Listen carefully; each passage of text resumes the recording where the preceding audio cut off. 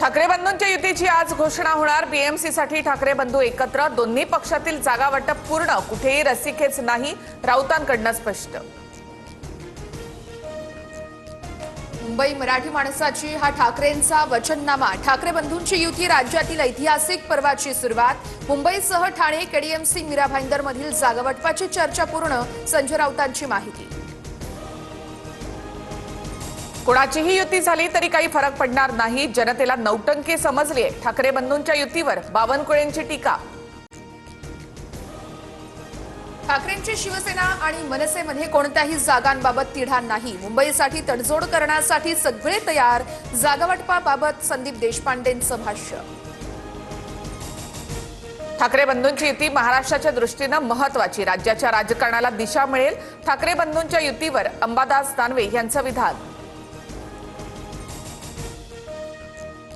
BMC निवडणुकीसाठी महायुतीची 200 जागांवर चर्चा पूर्ण, उरलेल्या 27 जागांवर 1-2 दिवसात चर्चा पूर्ण होणार। जागावाटपासंदर्भात लवकरच फडणवीस शिंदे घोषणा करणार, अमित साटम यांची माहिती।